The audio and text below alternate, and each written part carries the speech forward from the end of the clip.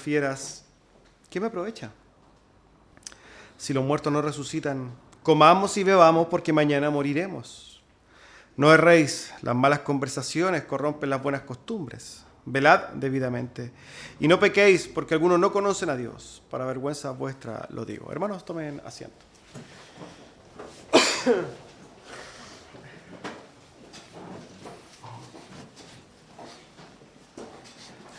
El título del sermón del día de hoy es "Hay propósito porque hay resurrección". Quizás no le dice mucho el texto, el título, ¿no? Pero bueno, con el desarrollo espero que podamos entender algo de esto.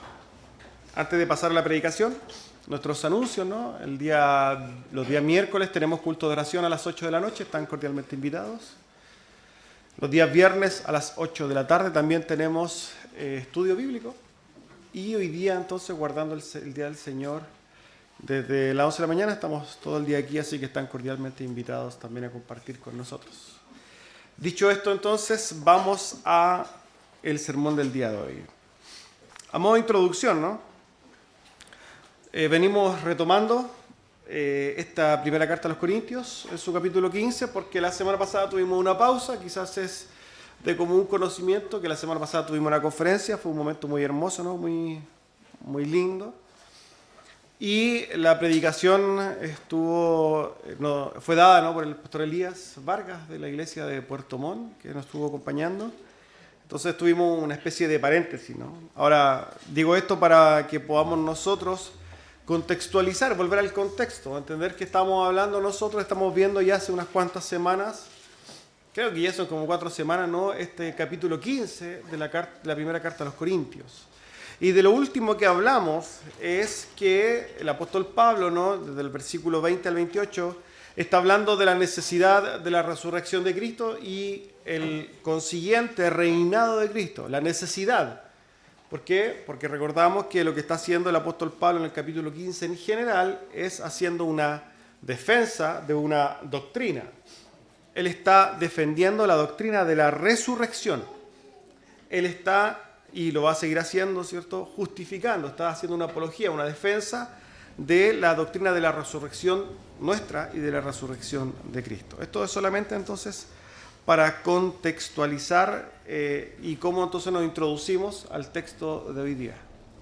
Entonces dice el versículo 29, que es el que nosotros leímos al principio, el primer versículo del fragmento de hoy. De otro modo, ¿qué harán los que se bautizan por los muertos si en ninguna manera los muertos resucitan? ¿Por qué pues se bautizan por los muertos? Comenzamos este fragmento, ¿no? Este fragmento de la Escritura con un texto bastante, podríamos decir, difícil de poder interpretar y de poder entender a buenas y primeras. Fíjense que hay muchas explicaciones se han propuesto para este texto.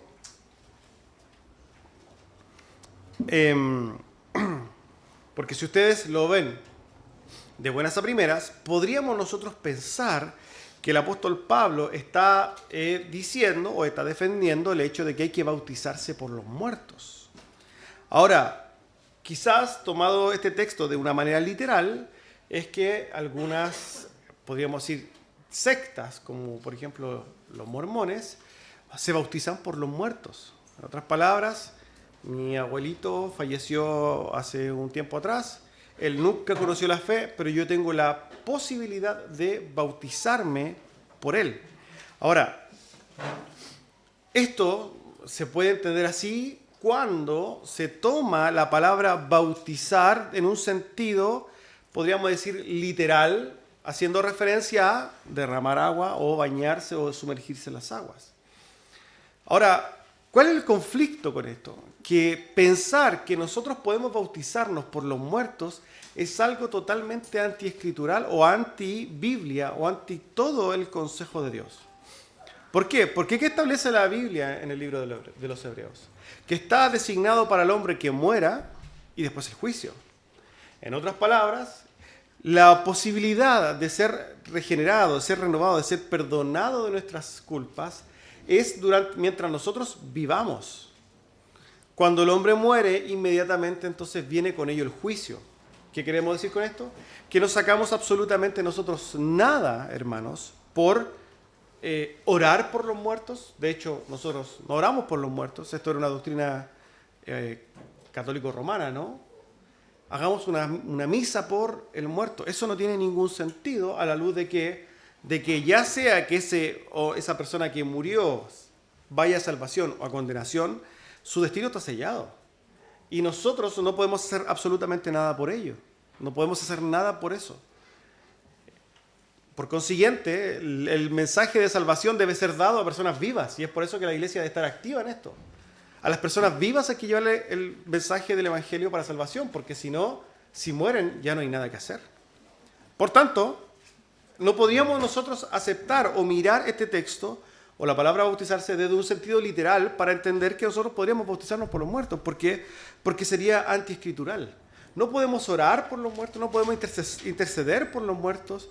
Ya sabemos que en el tiempo de la Reforma se pagaban indulgencias incluso por los muertos, y no nos podemos bautizar por los muertos. Entonces, a la luz de toda la Escritura, nosotros no podemos aceptar esa interpretación de manera literal. Ahora, si no es literal, claramente tiene un sentido figurado. Si no es literal, tiene un sentido figurado. La palabra bautismo tiene un sentido figurado. Ahora, esto no es nuevo en la Escritura. Ya nosotros encontramos en otros pasajes una forma figurada de hablar del bautismo, haciendo referencia entonces a otra cosa, para que salga de nuestras mentes el hecho de sumergirnos en el agua, otra cosa, ¿cierto?, que tiene que ver con el sufrimiento. Vamos a Marcos capítulo 10. Marcos capítulo 10, versículos 36 al 39. Dice así la palabra del Señor. Entonces Jacobo y Juan, hijos de Zebedeo, se le acercaron diciendo: Maestro, querríamos que nos hagas lo que pidiéremos. Él les dijo, Jesús: ¿qué queréis que os haga? Ellos dijeron: concédenos que en tu gloria nos sentemos el uno a tu derecha y el otro a la izquierda. Entonces Jesús les dijo: no sabéis lo que pedís. ¿Podéis beber del vaso que yo bebo o ser bautizados con el bautismo con que yo soy bautizado? Ellos dijeron: podemos. Jesús les dijo: a la verdad entonces, del vaso que yo bebo beberéis, y con el bautismo que yo soy bautizado seréis bautizados. Si nosotros nos fijamos, Jesucristo aquí está hablando del bautismo, pero no está tampoco hablando del bautismo de sumergirse en agua. ¿De qué está hablando Jesús ahí? De los padecimientos que sufriría. Jesús estaba poniendo a los apóstoles en una situación: ¿están dispuestos a sufrir como yo voy a sufrir? Pero estaba utilizando la palabra bautismo. En ese sentido, la palabra bautismo toma una connotación de sufrimiento. Ahora, ¿por qué el apóstol Pablo está hablando entonces del bautismo, de bautizarse por los muertos? ¿Qué relación tiene esto? La verdad es que nosotros debemos entender, hermanos, que esto está escrito en un contexto en particular. Contexto del primer siglo. Iglesia primitiva. En ese contexto, ¿no?, la iglesia fue perseguida. La iglesia y los hermanos eran asesinados, torturados de maneras terribles. Es tanto así que, tal como Jesús le dijo a sus discípulos que seguirían su bautismo, ellos morirían de maneras terribles. Los apóstoles en general morirían, salvo, ya sabemos, el apóstol Juan, que no es que se haya librado del padecimiento, sino que él fue puesto en una olla hirviendo, ¿no?, para ser quemado vivo, salió de ahí de manera milagrosa vivo, y fue exiliado después a la isla de Patmos, y ahí murió, ahí terminó muriendo en el exilio. Pero todos los demás apóstoles murieron de maneras terribles. Incluso el apóstol Pablo, que escribe, también, y muchos de los creyentes también. Nosotros hoy día le mostraba a mi esposa una foto de un león atlas. Alguien se pregunta: ¿qué es un león atlas? Bueno, un león atlas era un león que abundaba quizás en las regiones de Europa y se utilizaba en el Coliseo romano para matar creyentes, matar personas, para asesinarlos en el Coliseo romano. ¿Y cuál es la característica de ese león atlas? Que nosotros vemos leones que son así, ¿no?, chiquititos, pero el león atlas era más grande que un humano. Eran leones gigantes. Y eso era la realidad de los creyentes del primer siglo. Entonces, hermanos, lo que sucedía muy continuamente en la iglesia es que muchos de los hermanos que nosotros veíamos en las iglesias locales morían. Y lo que nosotros podemos entender cuando el apóstol habla de bautizarse por los muertos era básicamente estar dispuestos a seguir esos caminos, seguir ese camino de sufrimiento, de padecimiento o de muerte. Charles Spurgeon, ya yo creo que muchos lo conocemos, plantea esto con estas palabras que son bastante claras. Él dice lo siguiente: tan pronto como un miembro de la iglesia cristiana primera fue entregada al león o se quemó vivo, otro creyente pasó adelante y dirá: déjame tomar su nombre y su lugar. Aunque estaba casi seguro de que también moriría, siempre se encontraron personas lo suficientemente audaces como para avanzar, para ser bautizados, para tomar el lugar de los muertos. Lo que está haciendo alusión entonces, a la luz de esto, el apóstol Pablo, es justamente el sacrificio. Y tiene todo sentido. ¿Por qué? Porque el apóstol Pablo está diciendo o está tratando de dar a entender que qué sentido tendría la muerte y el sacrificio por la fe si es que no hay resurrección de muertos. ¿Qué sentido tendría efectivamente entregarme yo a morir de maneras terribles, y que era lo que hacían los creyentes, si es que finalmente la resurrección no es cierta? Perdería todo sentido. Por eso el título del sermón hoy es: hay propósito porque hay resurrección. Ya sabemos nosotros, en virtud de todo lo que hemos escuchado en 1 Corintios, que el apóstol Pablo ha tomado diferentes líneas de argumentación para la resurrección. Habló de los testigos, de la importancia de los testigos. Habló de las consecuencias teológicas, ¿no?, que tienen que ver con la resurrección. Cristo debe resucitar porque hay razones teológicas detrás. Pero aquí también está hablando de otra línea argumentativa, ¿no?, del propósito, o sea, de las consecuencias prácticas para los creyentes, particularmente aquellos que estaban sufriendo, aquellos que estaban poniendo sus vidas. O sea, ellos ponían su vida para ser quizás muertos de maneras terribles por la obra del Señor. Y el Señor le decía: hay propósito en ellos. ¿Por qué? Porque hay resurrección. Y en la misma línea que Él sigue, y sigue diciendo en el versículo 30. ¿Y por qué entonces nosotros peligramos a toda hora? Va en la misma línea el apóstol Pablo. Añade entonces este comentario adicional en forma de pregunta: ¿por qué nosotros estamos dispuestos a correr tanto peligro todos los días? Si es que no hay resurrección de los muertos, entonces no tiene sentido que corramos peligros. No tiene sentido que nosotros pasemos ciertas dificultades. Pero el apóstol Pablo dice: pero como hay resurrección de los muertos, sí, entonces hay propósito en ello. ¿Cuál es la causa de que él entonces pase peligro a toda hora? Y nosotros sabemos, amados hermanos, que el apóstol Pablo y sus colaboradores corrieron tremendos peligros durante su ministerio. O sea, podemos ver cómo el apóstol Pablo fue apedreado, fue golpeado, fue azotado, naufragó, ¿cierto? Finalmente fue tomado preso, turbas de personas se fueron a golpearlo. Era una cosa normal, ¿no?, para la vida del apóstol Pablo. Nosotros podemos ver ¿cómo se llama?, el libro de los Hechos, cómo esto se relata. Y podemos ver, como hemos dicho, en todos los hermanos, todos los apóstoles sufrieron las mismas circunstancias. Básicamente ellos ponían sus vidas en peligro todo el día. Y no lo hacían, hermanos, para generar recursos económicos o para ser famosos. Lo hacían para la gloria de Dios. Ahora, él está marcando esto de manera muy clara. Si es que no hay resurrección de los muertos, entonces todo esto que nosotros hacemos, que los hermanos mueren de manera terrible, que nosotros corremos peligros, entonces eso no sirve absolutamente de nada. Por el contrario, si hay resurrección de los muertos, entonces en ello hay propósito. Este es el argumento del apóstol Pablo. ¿De qué sirve todo lo que nosotros vamos a sufrir en esta vida si es que efectivamente nos vamos a resucitar? La pregunta es y esto es algo que todo cristiano entonces debe hacerse: ¿está consciente de que usted va a resucitar? Cuando nosotros entendemos que nosotros vamos a resucitar, entonces esta vida, podríamos decir, en este plano, o en este tiempo, en este siglo, empieza a perder, ¿no?, tanta importancia como nosotros se la damos. Y vamos a enfocarnos más en esa vida eterna, en esa resurrección eterna. El apóstol deja claro entonces que lo que él hace, lo que él sufre, lo que está dispuesto a sufrir, no es en vano. No es en vano, hermanos. Y añade el versículo 31. Os aseguro, hermanos, por la gloria que de vosotros tengo en nuestro Señor Jesucristo, que cada día muero. El apóstol refuerza sus palabras, ¿no?, por medio de esto. con un os aseguro, hermanos. Es una forma de decir, estoy hablando muy, pero muy en serio y pongo un testigo. Nosotros quizás estamos acostumbrados a decir, en esta cultura romana en la cual venimos todos, ¿no? Te lo juro por mi abuelita, te lo juro por mi mamá. Cosa que no deberíamos hacer nunca, ¿no? Pero se suele usar el te lo juro por algo para poner un testigo, o sea, para darle fuerza a mi testimonio. El apóstol Pablo hace lo mismo, dice, yo les aseguro y pongo de testigo la gloria que tengo de ustedes, el respeto que yo tengo de ustedes, lo pongo ahí en la mesa de testigo para decir que yo estoy hablando muy, pero muy seriamente cuando digo algo. ¿Qué es lo que ha dicho el apóstol Pablo? Que él muere cada día. ¿Qué estará diciendo? ¿Qué querrá decir el apóstol Pablo con morir todos los días? Lo más probable, ¿cierto?, es que el apóstol Pablo esté diciendo que él está dispuesto a morir todos los días.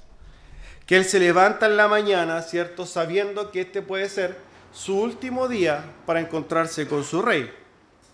Que su vida ya para él no tiene, digamos, valor en un sentido práctico, ¿no? ¿Por qué? Porque por llevar a cabo la obra de Dios, él está dispuesto a morir.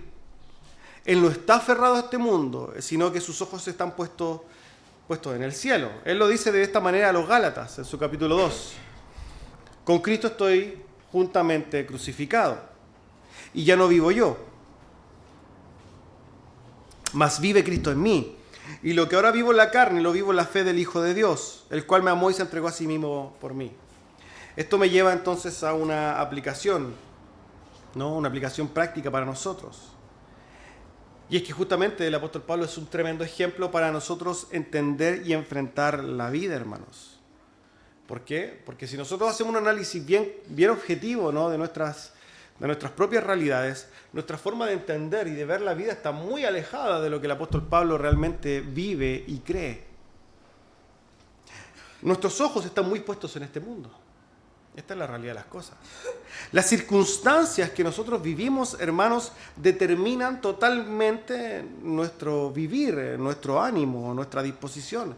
Es una cosa tremenda. Estamos tan impregnados de este mundo, hermanos, que básicamente para nosotros la resurrección de los muertos, el reino eterno, la vida eterna no significa absolutamente nada. Estamos inmersos y tan confundidos por este mundo que no podemos ver más allá. Esto marca una distinción total entre la forma de vivir del apóstol Pablo y la nuestra. ¿Por qué? Porque el apóstol Pablo, y ojo, el apóstol Pablo y muchos otros creyentes, se levantan día a día, y hasta el día de hoy, en muchos lugares del mundo, se levantan día a día pensando y entendiendo que este puede ser el último de sus días. Y que puede ser desgollado por predicar el Evangelio, que puede ser descuartizado vivo por el Evangelio hoy día, de que puede ser asesinado, de que su familia puede ser asesinada el día de hoy por el Evangelio. Está claro que puede ser torturado por el Evangelio el día de hoy. Muchos hermanos se levantan con esa realidad. ¿Cuál es la realidad de nosotros en una sociedad occidental? Que nosotros estamos pensando en otras cosas, hermanos. Nosotros estamos pensando en llegar a fin de mes, ¿no? En qué ropa me voy a comprar o cuándo voy a cambiar el auto, ¿cierto? Estoy pensando que mi casa no está lo suficientemente bien adornada. Estoy pensando, la verdad que estamos pensando en puras tonteras. Esa es la verdad de las cosas. Nuestra forma de entender el mundo dista mucho de la forma en que realmente los creyentes en muchos lugares del mundo y la iglesia primitiva entendía el mundo. Esto, hermanos, es algo importante para que nosotros podamos abrazarlo. Ahora, yo no lo estoy diciendo, y esta no es una invitación a que deje todas sus responsabilidades, entonces se vaya a la obra misionera. No le estoy diciendo eso. ¿Por qué? Porque Dios llama de una manera especial a aquellos que van a hacer eso. Dios ha dejado en nuestras vidas responsabilidades entre las cuales nosotros tenemos que cumplir. Dios, por ejemplo, como varones del hogar, nos ha dejado una responsabilidad. Nuestra familia, a la cual tenemos que pastorearla, tenemos que proveerla, tenemos que protegerla. Esa es una labor que nosotros tenemos que hacer y que glorifica a Dios. Tenemos trabajo entonces que cumplir también, es una realidad. Ahora, ¿pero cómo mantenemos el equilibrio? Fíjense que en el tiempo de la Reforma, los hermanos puritanos y otros pensamientos reformados, llegó a entender una realidad muy significativa que dio forma, ¿no?, a la Europa de antaño, ¿no?, porque ya Europa está totalmente pervertida. Pero es una cosa importante y que forma parte entonces también de las 5 solas. Todo lo debemos hacer, ¿no?, a la luz de que Dios nos ve, de cara a Dios, pero también para la gloria de Dios. O sea, nosotros podemos ser padres para la gloria de Dios, ¿sí o no?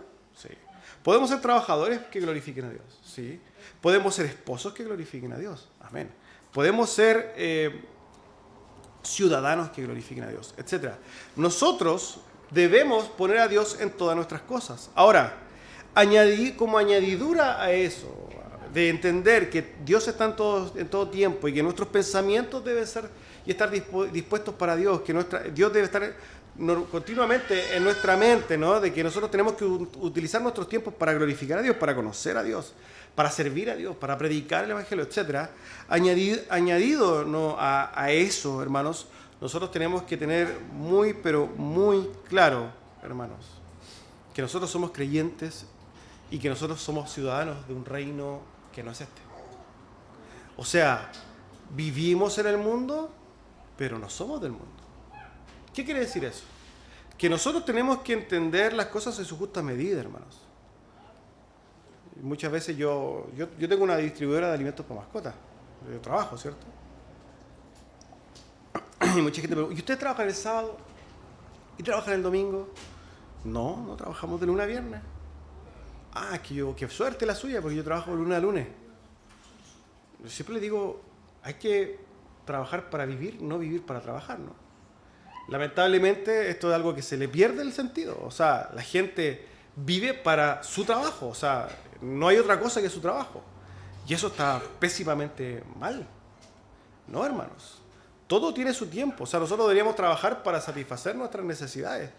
Pero no para enfocarme en ello, porque nosotros no vivimos para trabajar. Derechamente, hermanos, cuando usted se muera, ¿qué se vaya a su trabajo? No, hermanos. No nos vamos a llevar ni el trabajo, no nos vamos a llevar el auto, no nos vamos a llevar la casa. Pensemos en esto, hermanos, de una manera bien clara. Si usted piensa en 80 años nomás, porque no creo que pasemos mucho de 80 años acá, todas las cosas por las cuales nosotros estamos trabajando y nos esforzamos y transpiramos van a ser de otras personas. Es una realidad. Es que yo amo tanto mi casa, es que yo tanto... Bueno, hermanos, 50 años su casa no va a ser suya. Es la realidad. Es que yo quiero esto, que es absurdo. Nosotros somos mandados a hacer para tomar y abrazar consignas intrascendentes. Pero por el contrario, nosotros tenemos la oportunidad de abrazar consignas o abrazar propósitos que son eternos. ¿Cuáles son? Los celestiales. Es en esa misma línea que el apóstol Pablo dice en el versículo 32. Si como hombre batallé en Éfeso contra fieras, ¿de qué me aprovecha?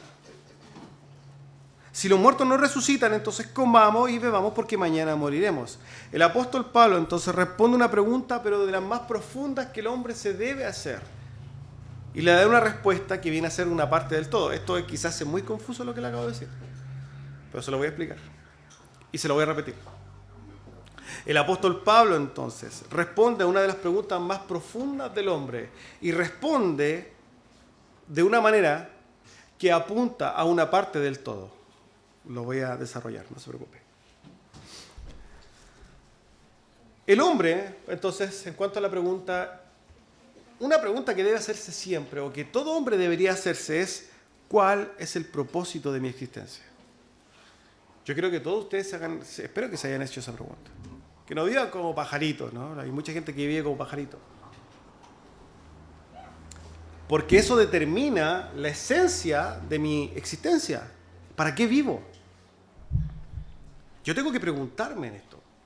Hermanos, la creación, la naturaleza es tan impresionante que nosotros no podemos estar exentas de ello, hermanos. En un momento existía nada. Pero ahora nosotros vemos a nuestro alrededor y hay árboles, hay cosas, hay materiales, hay minerales, hay un montón de cosas. Existo yo, tengo la capacidad intelectual de algo. Esto vino de algún lado, no está aquí porque sí. Por lo demás, el hombre muere, se transforma en polvo y la vida no puede ser tan vacía y tan vana, ¿cierto? En 80 años, 120 años, los más robustos, ¿no? Y que esto se acabe y que siga el ciclo de la vida y que no tenga ninguna esencia la vida. Esto es una de las grandes disyuntivas del hombre durante la historia. ¿Por qué existimos y para qué existimos? ¿Cuál es el propósito nuestro? ¿Acaso nosotros vivimos solamente para tener hijos, disfrutar, comer y después chao? ¿Eso es la vida? O sea, ¿eso es la vida para usted? Lamentablemente, mucha gente vive vidas sin propósito alguno. Viven como un pajarito, existen, ¿cierto? Ocupan un lugar en el tiempo y en el espacio durante un tiempo, obviamente, y después se acaba. Y eso, hermanos, no puede ser el fundamento ni el propósito de la existencia. Nosotros no somos eso, ni tampoco podemos vivir de esa manera. Estamos hablando de temas profundos que tienen que ver con quiénes somos. Y el apóstol Pablo apunta a eso, derechamente. Lo que está haciendo indirectamente es apuntar a eso. Él dice, entonces, y explica: yo luché con fieras en Éfeso. Nosotros, por los relatos bíblicos, podemos entender que también está hablando de manera figurada, ¿no? Porque el apóstol Pablo no se enfrentó a las fieras del Coliseo romano, no peleó con animales, pero sí, ya sabemos que en Éfeso, ¿no?, cuando estuvo hablando en contra o estuvo predicando en un contexto donde todos rendían homenaje a la diosa Diana, habían artífices de ídolos liderados por Demetrio, y todos actuaron como animales y fueron a golpear al apóstol Pablo. Y él dice, claro, yo actué con ellos, eran unas fieras, efectivamente, hombres que actuaban como animales. Quizás estaba haciendo alusión a eso. Pero el punto, él dice, si yo sufrí, yo enfrenté eso, ¿para qué? ¿Qué propósito tiene si es que no hay resurrección? Si no hay resurrección, entonces eso no sirve de nada. Se pierde el propósito de esto, ¿no? El Catecismo Mayor de Westminster, que es una confesión de fe, quizás no la conocen mucho, pero explica esto en su primera pregunta.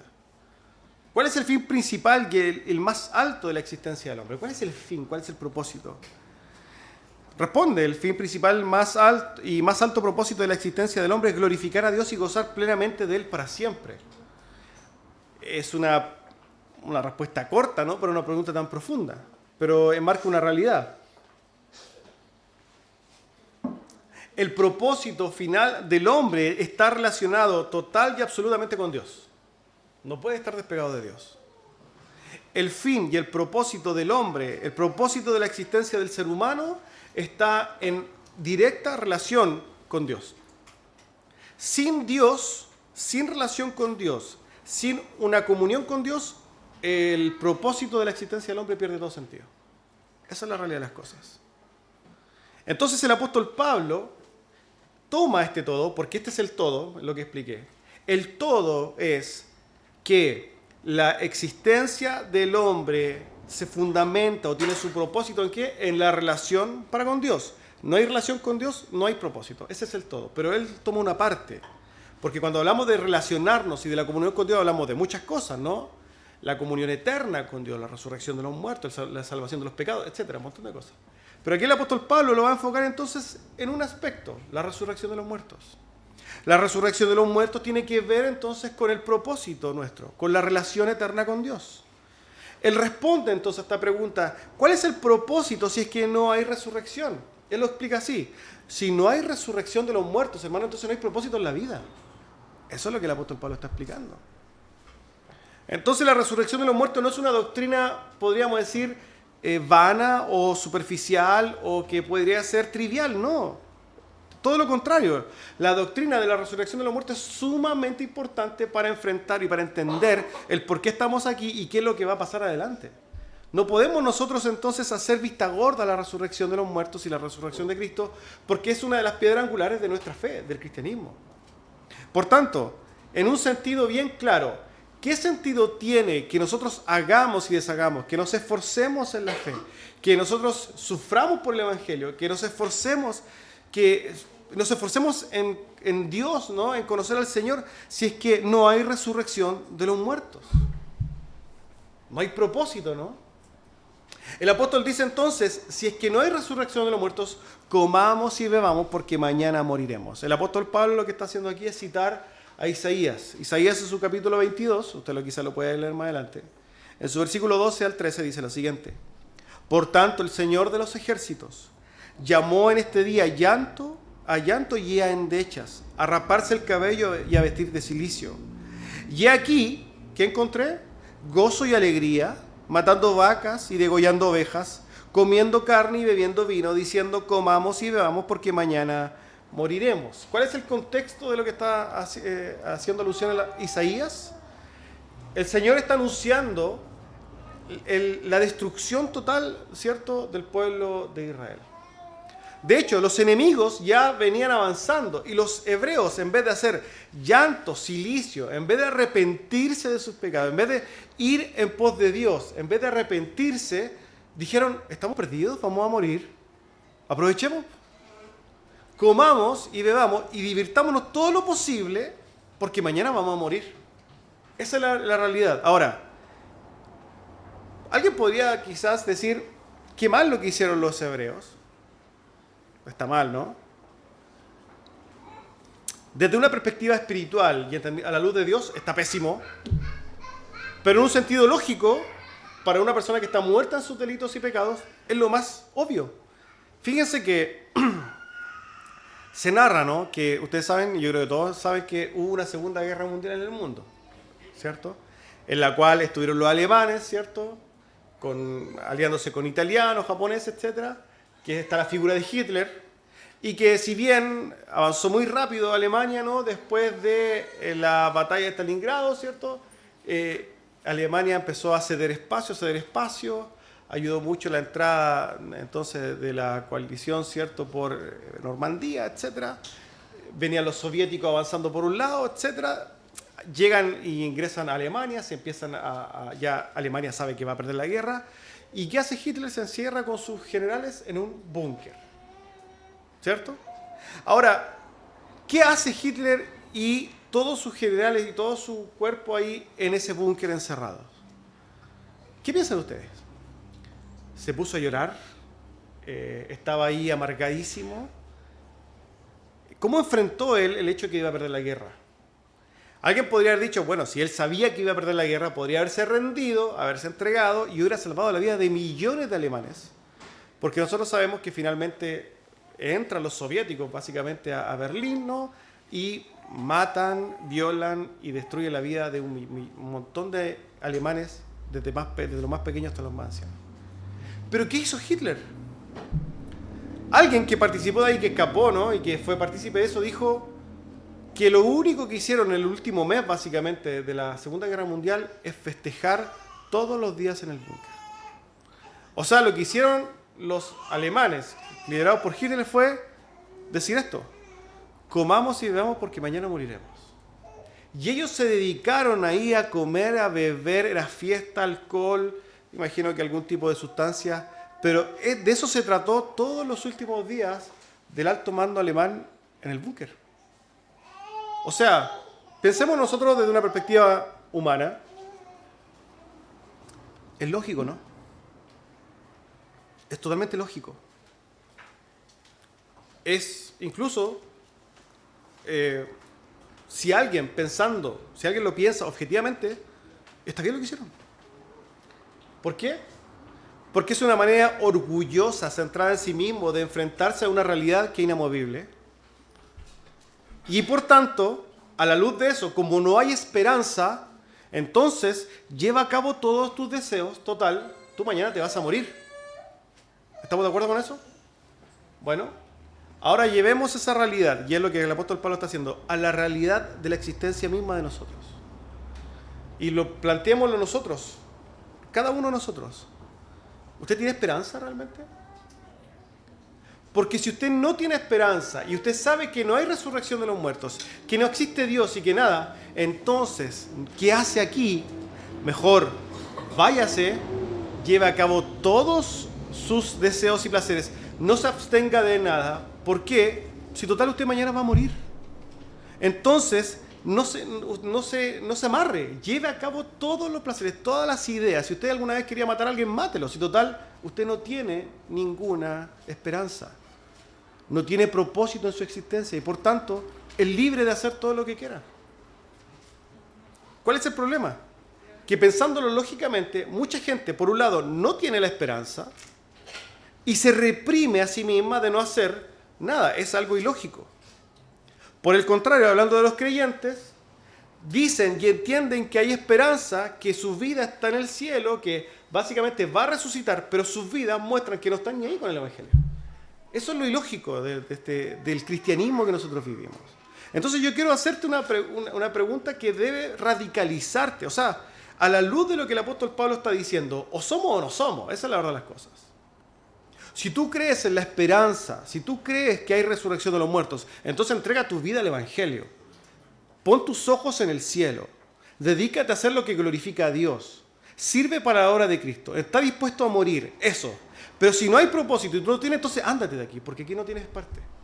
Ándate y haz lo que tú quieras, pero no jueguen con el cristianismo. Porque o hay propósito o no hay propósito, pero no hay medios propósitos. O hay verdad del cristianismo, o hay resurrección o no lo hay, pero no se toma estas cosas en juego. El apóstol Pablo está dejando muy claro, hermanos, que si nosotros tomamos verdades evangélicas, entonces nuestras acciones tienen que ir de la mano con eso, no a medias. Esta es una realidad importante que nosotros tenemos que enfrentar. Entonces, ¿realmente nosotros creemos que hay resurrección de los muertos? ¿Creemos que hay esperanza? ¿Creemos que hay una vida eterna? ¿Creemos nosotros que hay un cielo? ¿Creemos que hay un Dios? Que somos pecadores, que hemos sido lavados por la sangre del Cordero, que tenemos vida eterna, tenemos comunión eterna con Dios, tenemos el propósito de la existencia ahí, entonces, hermanos, deberíamos entregarnos a las fieras, ¿no? Para ser quemados, al fuego para ser quemados vivos. Nosotros deberíamos entregarnos a la obra del Señor. Eso es lo que nosotros deberíamos concluir lógicamente.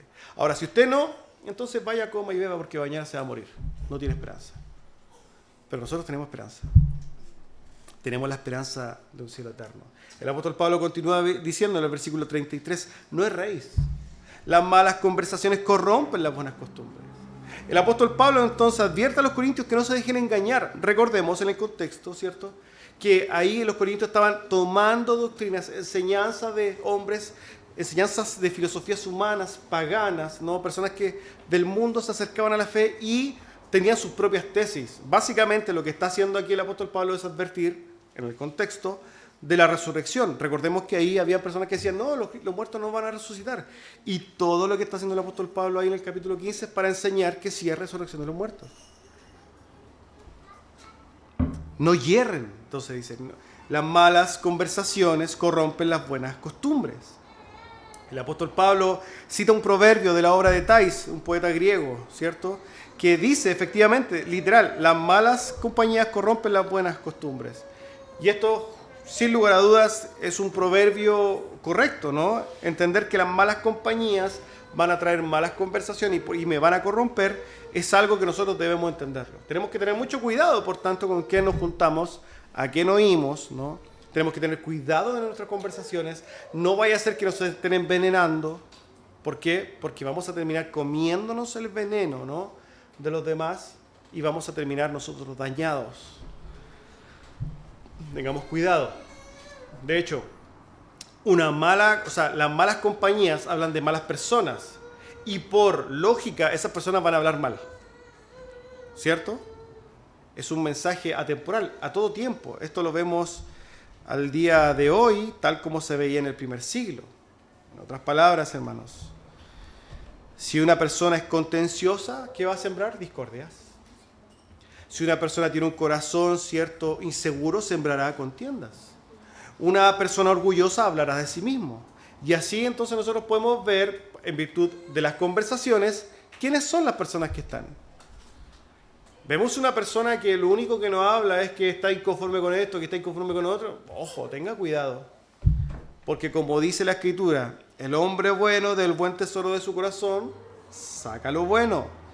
El hombre malo del tesoro de su corazón, del mal tesoro de su corazón, saca lo malo. ¿Por qué? Porque de la abundancia del corazón que habla la boca. Las conversaciones nos revelan, ¿saben? Nos muestran quiénes somos. Usted por las conversaciones que tiene con los demás va a ver quién es la persona con la que está hablando. Y el llamado a las iglesias y a la iglesia en general es tenga cuidado a quien está prestando oído. No sea que se contamine. Esto ya nosotros lo hemos visto lamentablemente de muy de cerca. Tenga mucho cuidado.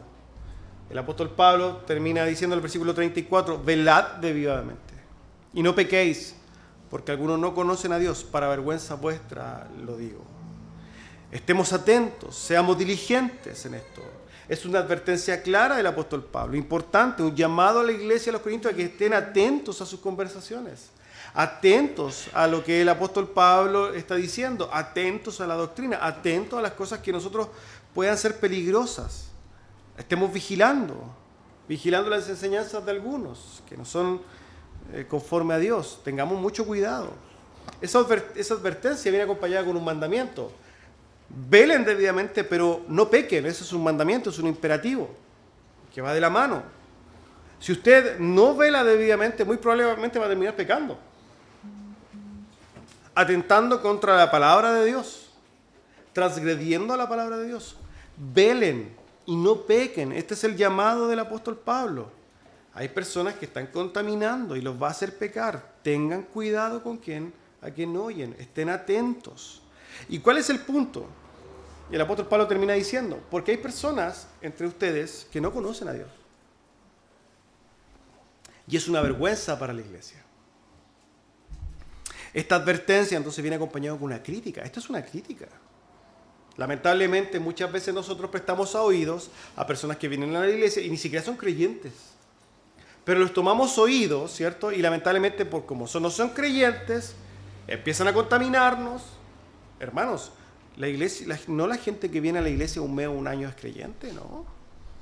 Hay gente que viene a la iglesia 2, 5, 20 años no es creyente. Se acostumbra a una religión, pero no son creyentes. Y lo que continuamente hacen es sembrar discordia. El fruto de su corazón mana continuamente. La inconformidad, ¿cierto? La rebeldía. Eso es una manifestación clara de un no creyente. Tengamos cuidado. El apóstol Pablo dice que esas personas son una vergüenza para la iglesia. Y es una realidad. ¿Por qué? Porque un no creyente, alguien que no conoce a Dios, da un testimonio errado aquí. Imagínense que aquí hay una persona que viene, está un año viniendo. La gente de la comunidad sabe que esa persona viene a este lugar, pero afuera es un garabatero, alcohólico, etc. ¿Qué testimonio va a ser para la iglesia? Va a ser una vergüenza, ¿no? Sin lugar a dudas. Y es una vergüenza para nosotros como iglesia que no saquemos ese mal de la iglesia. Está bien abrazar a la gente, pero hermanos, la iglesia es responsable también de ir enderezando, ir enseñando el verdadero camino. Por tanto, todas las personas que asisten y ya tienen un tiempo en la iglesia deben dar testimonio correcto. ¿Para qué? Para que den un testimonio correcto de la iglesia. Hermanos, el apóstol Pablo dice que es una vergüenza que hay entre los cristianos estos hombres. De hecho, cuando nosotros vamos a las cartas, ¿cierto? En Apocalipsis, el Señor hace una crítica, ¿no? Ustedes permiten que estas personas estén acá. No, hermanos. Nosotros tenemos que tener mucho cuidado. Particularmente nosotros entendemos que en el contexto son personas que estaban hablando en contra de la resurrección de Cristo, que tenían un montón de implicancias prácticas. Ahora nosotros tenemos quizás otras batallas. Quizás nadie aquí está diciendo, no, es que no hay resurrección de muertos, pero quizás hay otras personas diciendo otras cosas. Tenemos que tener cuidado, hermanos, tener cuidados. Pero lo que yo me quiero quedar, ¿no? Y yo también quiero que, por favor, nosotros podamos meditar, no solamente aquí, sino que en nuestros hogares. Hermanos, nosotros hacemos un montón de cosas y en ellas sí hay propósito. ¿Y sabe por qué sí hay propósito? Porque hay resurrección de muertos. Amén. Vamos a orar, hermanos, para terminar.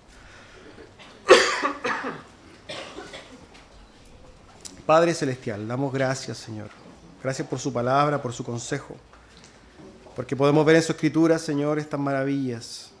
Como usted, Señor, en su bondad nos guía, nos enseña, Señor. Rogamos que usted nos ayude a poner en nuestras vidas, Señor, una radicalidad mayor. Para que podamos entender, Señor, mejor la fe. Para que podamos practicar también mejor esta fe gloriosa. Para que podamos poner nuestros ojos en Cristo, en el cielo. Para que podamos despojarnos quizás de estas circunstancias inmediatas en nuestras vidas. Gracias le damos. En el nombre y por los méritos de Cristo, nuestro Señor. Amén. Vamos